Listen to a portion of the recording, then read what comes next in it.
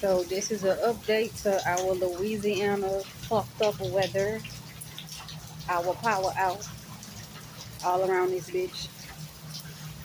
At least in Hammond. I don't know where else, but down here in Hammond and surrounding areas like Ponchatoula, Tick Fall, Natal, Benny, Albany, power is out because Louisiana weather is just too fucked up. We are under tornado watch until 2 a.m. Restoration, for those of you in Louisiana who don't know, is between 1 a.m. and 5 p.m. tomorrow.